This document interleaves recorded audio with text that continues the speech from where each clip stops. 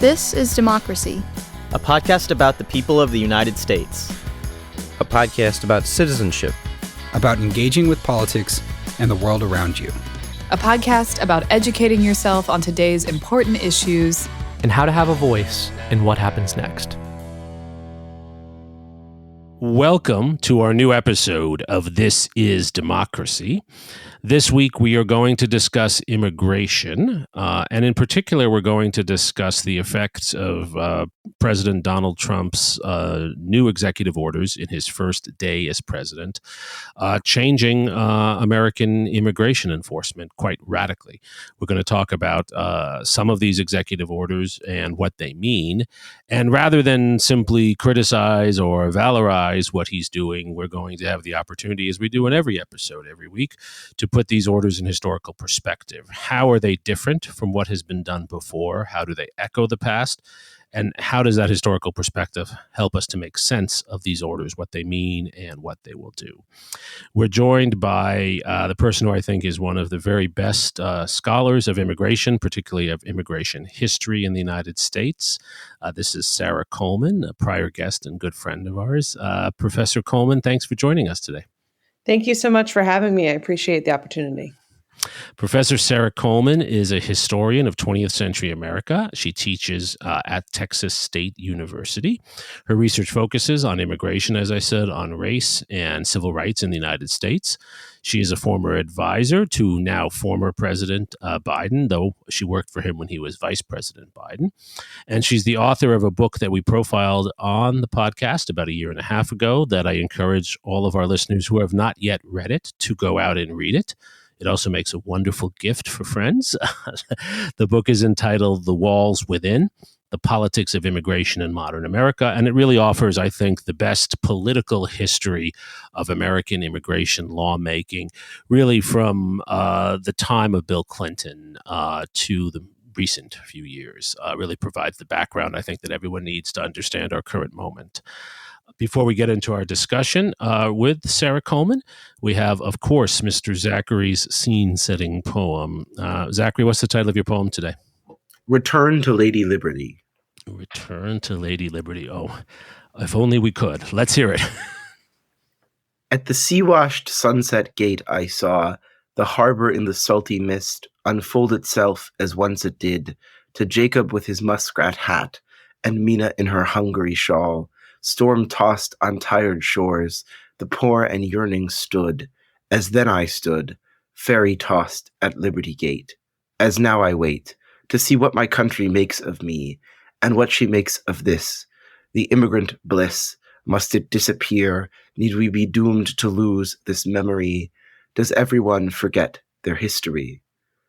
Ask not what your country can do. Ask what it has done. She has made for me and my father, the immigrant son, a place in her behemoth heart, a promise she has held. Must now the colossus be felled? I like how you blended together Emma Lazarus and John F. Kennedy and our own family history there, Zachary. That was quite the collage you put together. Thank you. What's the message of your poem? Well, my poem is really about what I think has been a question for almost every generation of Americans since the Statue of Liberty was erected and before, which is, to what extent can we really say that we have lived up to the promises that are etched on the Statue of Liberty to take in the tired and the hungry and the poor? And I think the answer is something that's not just like a national question or a question of national identity, but also a personal one for pretty much everyone in this country. And it's one that I think all of us have probably been asking ourselves in the wake of new immigration orders and what seems to be a new threat to immigration. That's very powerful, Zachary. Sarah, do you think is that the right premise to start with? Are we in jeopardy of abandoning a set of values, or are we in a place that's similar to our past? So I think, the poem is really evocative. And I think one of the things that is right, this question, I think one of the big executive orders questions a fundamental sort of, a constitutional right that we have in this United States, which is birthright citizenship, right?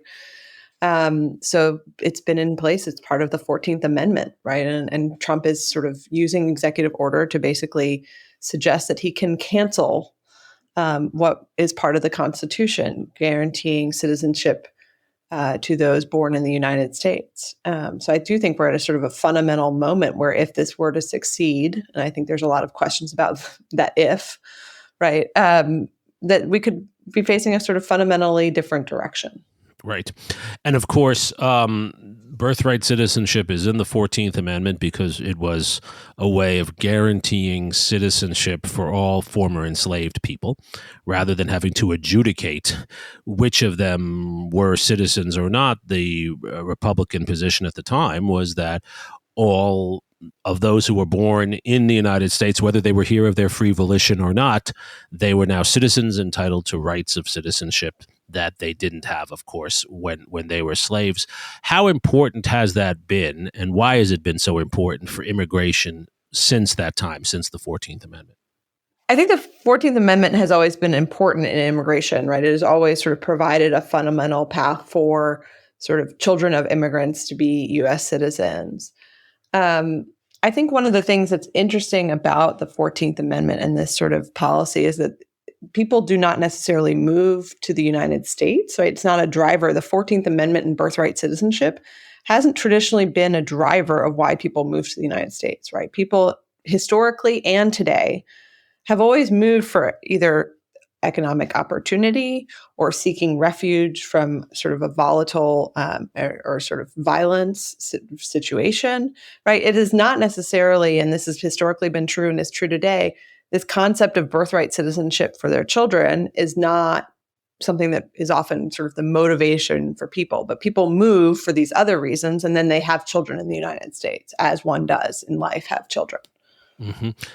But what it does do is it means that regardless of the status of the parents, the person born in the United States is a citizen. So, you know, my father had become a citizen, even though he was an immigrant from India at the time I was born.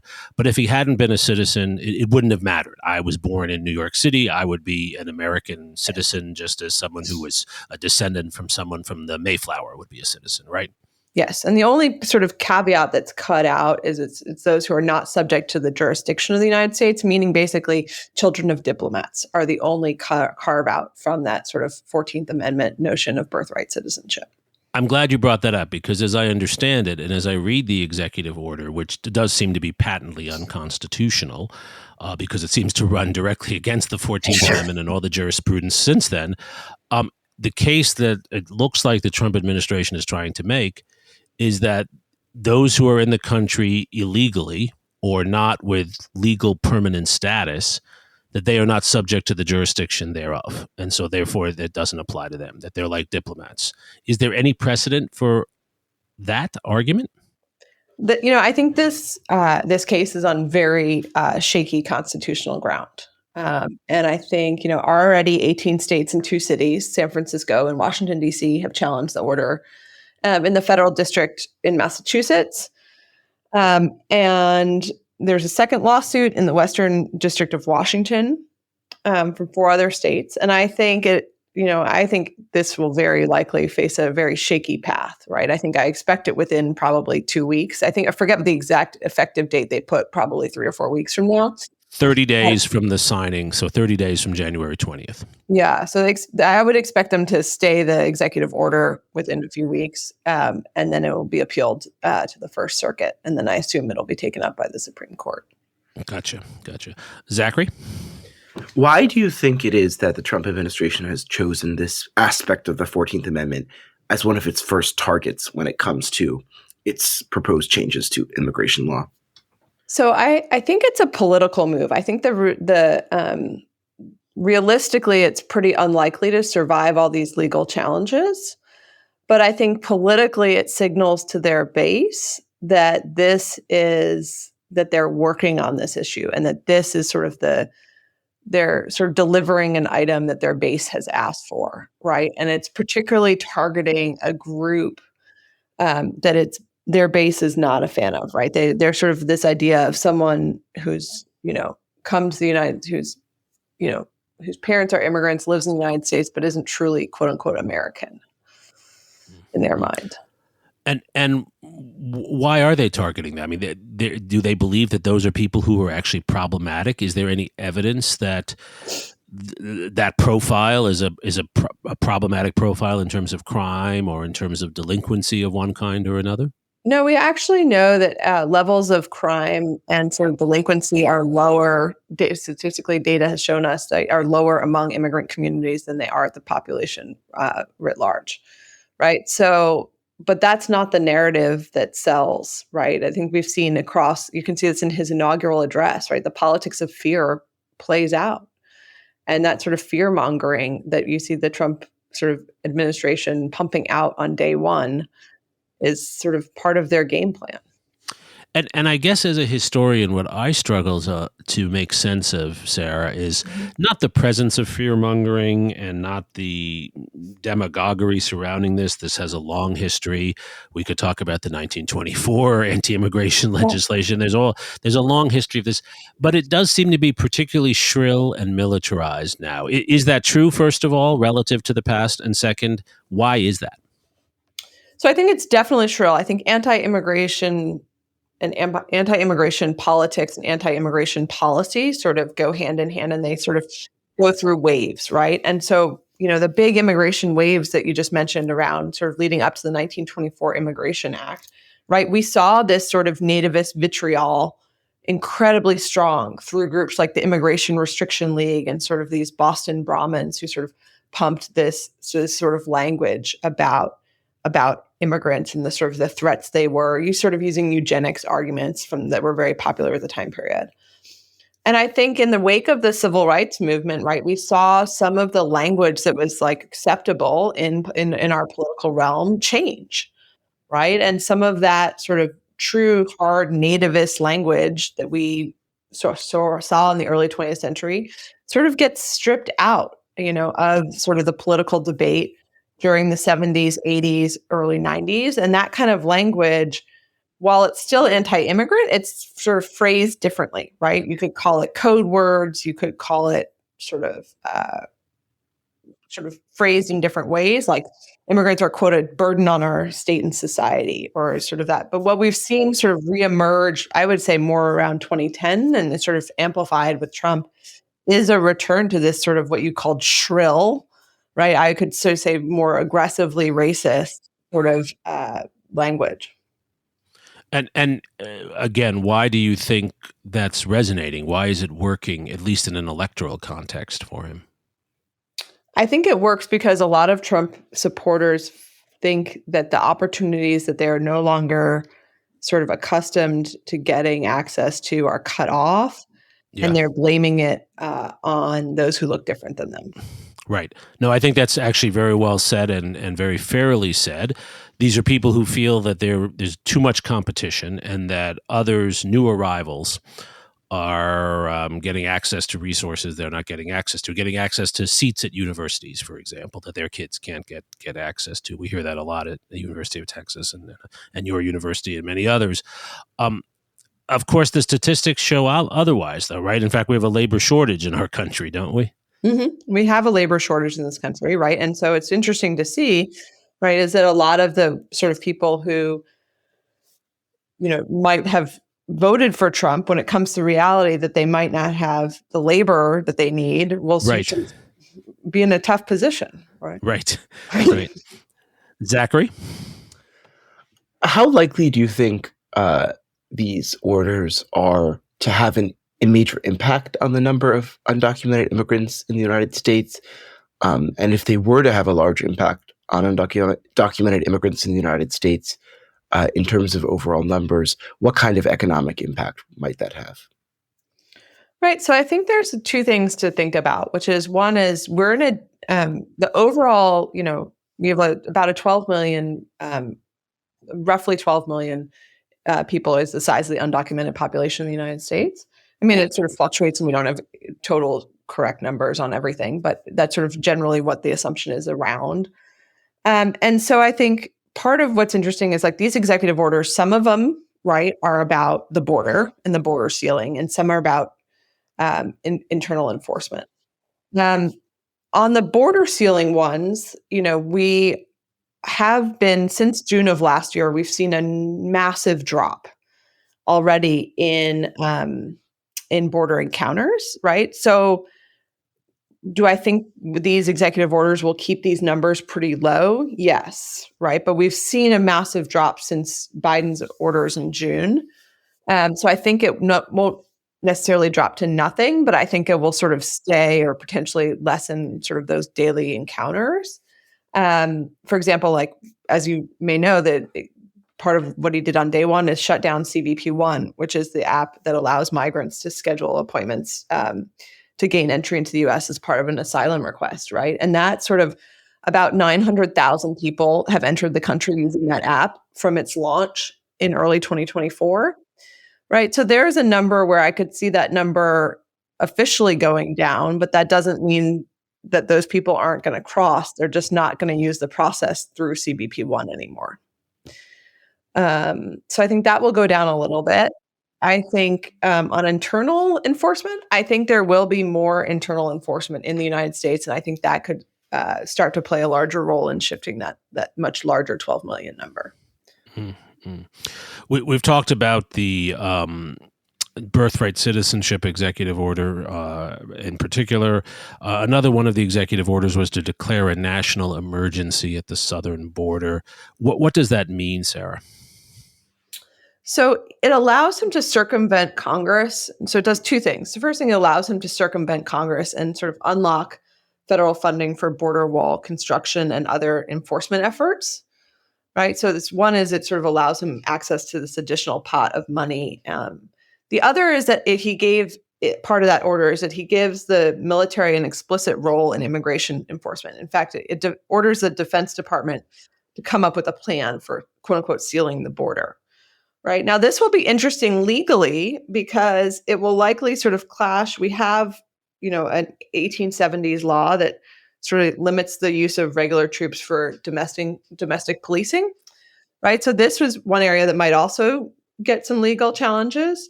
But he's already moved this afternoon. Right. The Department of Defense was announced that they were already sending 1,500 active duty military to the southern border.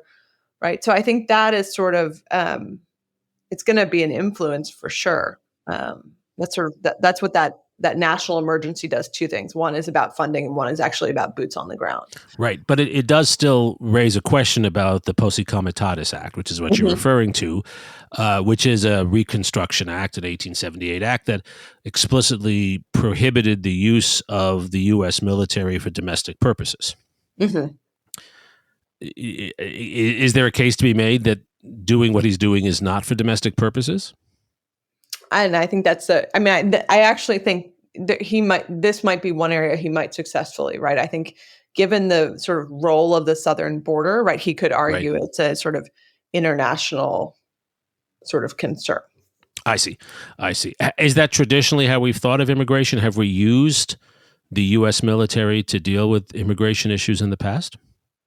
The U.S. military, it's generally historically, we have not used the U.S. military in this sort of more border enforcement effort, right? We have, particularly over time, it's changed, right? INS or Border Patrol or CBP or ICE, depending on what name you want to call it at this moment, generally has been, right? Over time, it changes, has been sort of really functionary towards that. And we're also seeing DHS has announced earlier today, and I didn't deeply read into this, that they're allowing sort of some other parts of DOJ and DHS to begin to do more with immigration enforcement, including U.S. Marshals Service.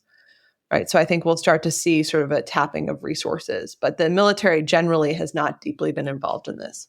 Gotcha. I mean, what's striking to me, Sarah, watching these events the last couple of days, I think many things are striking to me about this, but as I think about these events and I think about your book, which is such a detailed, fine-grained analysis of these issues in prior decades, I mean, in your book, Congress is in some ways the central actor.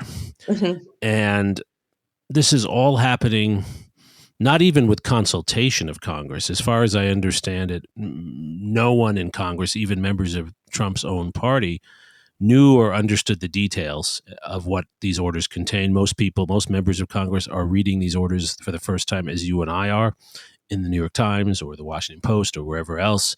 So are we in a new space here? Has he invented a new way of making immigration policy? So he's taking sort of a tool, like this tool of executive action, and he's definitely amplifying, but I wouldn't say he's the first, right? I think one of the things that I stress throughout my book, right, is that we have had congressional inaction for so many years. And what we start to see over time is that presidents begin to turn to other tools. For example, President Obama, right, fails to get comprehensive immigration reform passed in 2011 and 2012, right? And he turns to DACA. And DACA is an executive action, right? And he turns to DAPA, or Deferred Action for Parents of Americans, right? So I think he's not the first president to use executive orders in this area, but he's certainly amplifying the sort of disregard for the Constitution and to sort of the legal process generally in his use of executive orders in this space. Zachary? What is the danger, you think, of relying on executive orders for making immigration policy? And why do you think Congress has been so unable to make long-lasting legislative change when it comes to immigration? So I think the danger of using executive action is that it is very much a piecemeal strategy, right? And I think that's the danger. It's sort of what we've seen in our immigration policy over the last 20 years is that it's piecemeal and it doesn't necessarily, parts don't make sense with other parts, right? And so I think when you have actions on one section, but then you change the other way, like within an administration, you can have conflicting policies, right? That sort of both push for crackdowns, but also sort of don't acknowledge the labor needs of the United States, right? So I think that is sort of that use of executive action is problematic because it creates piecemeal policy. I also think the use of executive action is problematic for what you saw, which is that, something happens one day, right? And then 4 days later, it's reversed. Like, for example, in the Trump's first term, right, he put into place a policy called the Migrant Protection Protocols, or MPP. It's more colloquially known as the Remain in Mexico program, right? Which forces certain migrants to wait in Mexico while an American immigration judge decides their case. It was challenged legally. It started to make its way through the court system. Then Biden comes in. Biden decides that he's going to get rid of that program, right? The legal challenge sort of ends at that moment. It dies for 3 years, and then Trump reinstates it, right? The day number 2 in office. It's just sort of like a zigzag policy that leaves all these people's livelihoods sort of back and forth at the whim of one day, right? We have people who have been refugees who have been cleared to enter the United States, right? Have the program suddenly been suspended, right? And these are people who have been sort of already approved for entry into the United States and gone through a 2-year vetting program overseas, right? And I think that sort of executive action piecemeal process leads to confusion and sort of conflicting policies and an incoherence to U.S. policy. Mm-hmm. It certainly seems we're in that space right now. Another recent development, not necessarily an executive order, has been essentially canceling access to the country for refugees, including people who are undeniably political refugees. So I guess that would include people fleeing Vladimir Putin and fleeing mistreatment as Uyghurs in China, et cetera. Is that with or without precedent? I mean, we do tend to think of ourselves as a country that has at least tried to welcome refugees in the past. Right. And I think this gets back to Zachary's poem at the beginning, right? Just like we think of birthright citizenship as sort of something fundamental or constitutional, right? Are we a country that accepts refugees, right? Historically, we have been. And I think many people would argue that's part of who our American identity is, right? And I think that's in some ways what's really challenging. And that's what I was thinking about when I was thinking about Zachary's poem at the beginning, right? Mm-hmm.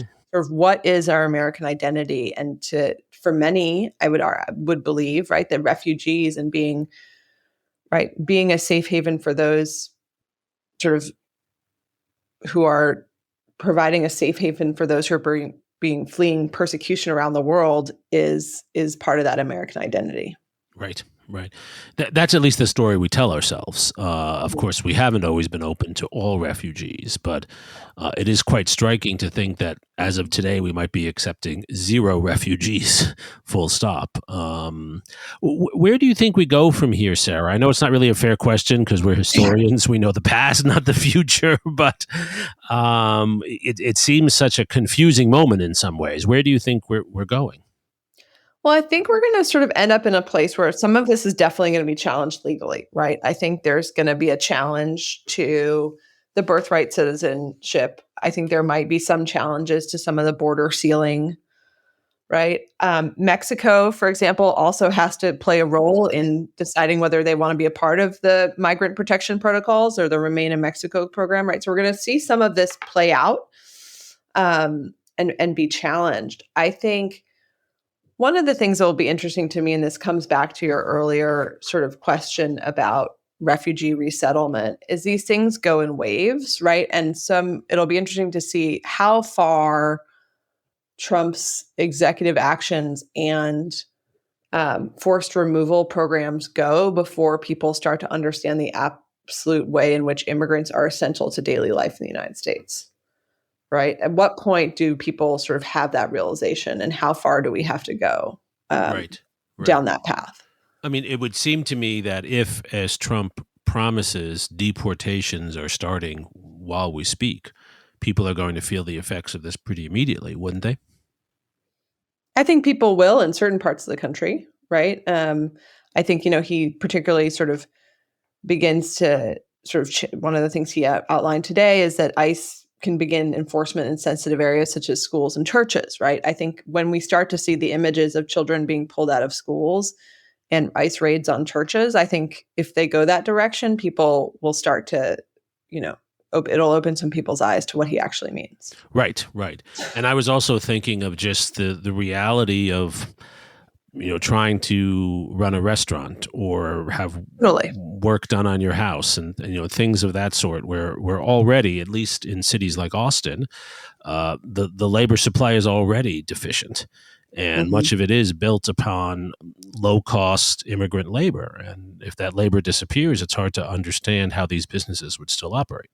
Yeah. And I think in certain areas of the country, we'll start to feel it earlier than others, right? And I think the question is how long that will take. Right. Zachary, is this a topic, immigration and these executive orders, is this something that young people of your generation of college students are paying attention to? Is it an issue that's motivating discussion and concern, or is it lost in the swirl of everything else that's going on?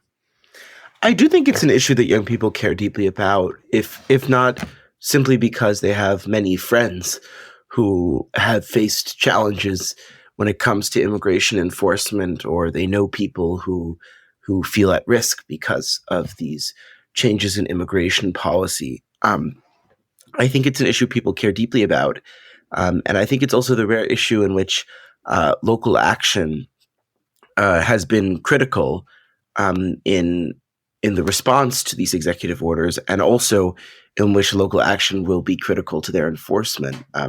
These kinds of raids that the Trump administration has raised the specter of must happen at a local level, and often require the cooperation of local officials. And similarly, the efforts that many local leaders and state leaders have announced to try and resist immigration orders require cooperation from local governments and citizens. Sarah, the Trump administration has threatened to prosecute local officials who, as Zachary just described, try to counteract these efforts. Is there a basis for that? Is there a history of the federal government suing mayors and city council people for trying to create sanctuary cities? Right. So there is this back and forth around the question of sanctuary cities, right? This has obviously been a touch point before. And we also see this more broadly, right? That sort of interesting case law around this actually relates to the Brady Act. And Jeremy, you feel free to jump in if you want to. You probably know more about this than I do, right? But sort of around the question of gun control, right? Yes. And whether there was constitutional authority to command state and locals to do federal law, right? There were some cases around that sort of limited the scope of that. So it'll be interesting to see to what extent sort of that case law around gun control sort of comes to play at this moment. There are certainly jurisdictions that have in the past voluntarily, through memorandums of understanding, participated in something called the 287G program, which is sort of a deputization of state and local law enforcement. But there are certainly perhaps even more jurisdictions, right, that have sort of really limited that sort of cooperation with ICE. And so we will see this play out. And it'll be interesting to see sort of where the courts come down. Right. Yeah, Austin, Texas is a great example of that, where the state of Texas did deputize under that program, I believe, DPS, the Department of Public Safety, to act with and on behalf of ICE, and then the city of Austin refused to cooperate. And so police in Austin were not part of that. This was during the first Trump administration. And it certainly limited the ability of ICE to conduct as many raids as it wanted to conduct in the city. It will be interesting to see how that would play out in this situation. I think the points of view of the city and the state and the federal government have not changed. The question is who would claim jurisdiction and in what ways? And like, what federal statute could they charge the cities with? Yeah, right? It's hard to come up with what exactly that would be. Yeah, and it's hard to imagine, though I guess not inconceivable in the world we're in now, of city officials being potentially arrested, certainly being intimidated. But that could backfire too. It's a case study in the difficulties of federalism, it seems to me also. But I'm really glad Jeremy brought up that word intimidated, right? Because I think so often we focus on, earlier we spoke about what's probably going to be the numbers impact of like the border shutdown or the internal enforcement, right? And some of it is about like sheer enforcement, right? But there's a huge element of intimidation and fear that can have unprecedented impacts on these numbers, right? So part of it is about what he says he's going to do versus what he actually does. Right. And I think that we are already seeing that there are communities around this country that are living in fear, right? That are thinking about whether or not to send their kids to school, over the next months to come, whether they're going to sort of go to work, right? That sort of impact and that sort of intimidation is incredibly important and shouldn't be underplayed. Absolutely. I have to say that I've seen evidence of this already. Just since the November 2024 election, I've had 3 conversations with different graduate students at our university, 3 different PhD students who are foreign students who are quite concerned about their future.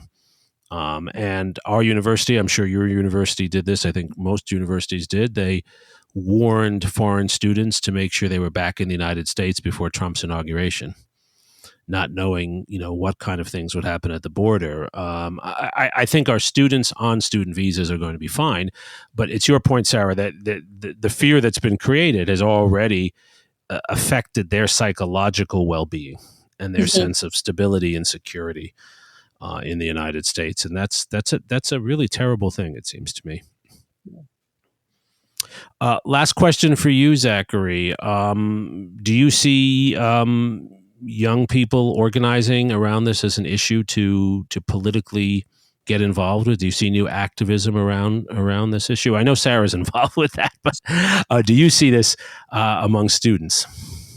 Yes, I think so. From what I can tell, this has been something that people have organized around. Again, I think there's a quality to these kinds of policy changes that really affect individuals across the country that makes it particularly motivating for those who are looking to sort of make a difference in politics, or those who maybe have never been involved in politics before, is sort of feeling like someone in your community, their place in your community might be under threat. I think is one of the strongest things that can motivate people to get involved. And Sarah, our last question for you: do you think that activism can make a difference? Can it be one of the things, citizen activism, that reverses or limits some of the harm in these executive orders? For sure. I think it's important. I think you can even see this in the first Trump administration. Think about all the people at airports, right? When they started Yes. to sort of roll out the restriction on the sort of on people arriving from certain countries, right? I think you see that played out significantly there, right? I think activism around state and local internal enforcement can certainly play a role, right? I think that's one place where we have seen traditionally, and we will continue to see activism play an important sort of counterbalance to this type of action. Right, right. And I just want to underline as we close, Sarah, a point you make in your book and that you've made so well tonight.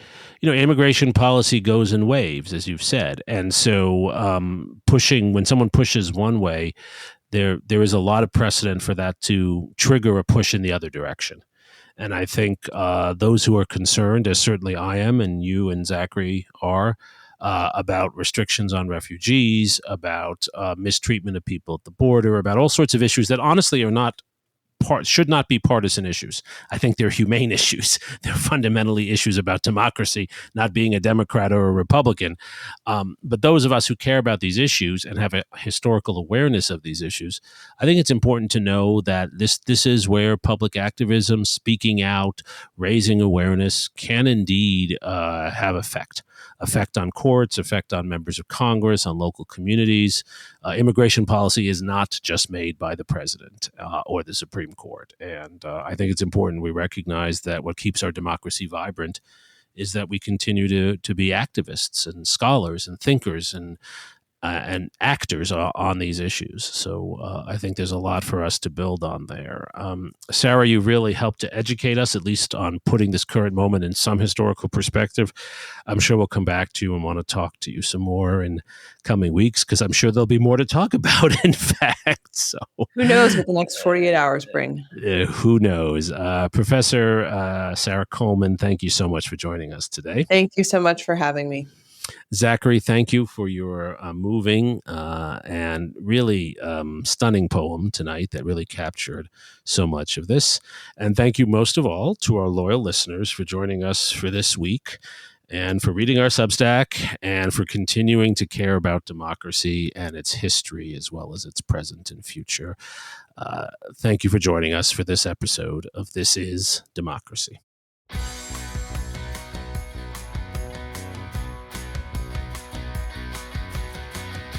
This podcast is produced by the Liberal Arts ITS Development Studio and the College of Liberal Arts at the University of Texas at Austin. The music in this episode was written and recorded by Harris Codini. Stay tuned for a new episode every week. You can find This Is Democracy on Apple Podcasts, Spotify, and Stitcher. See you next time.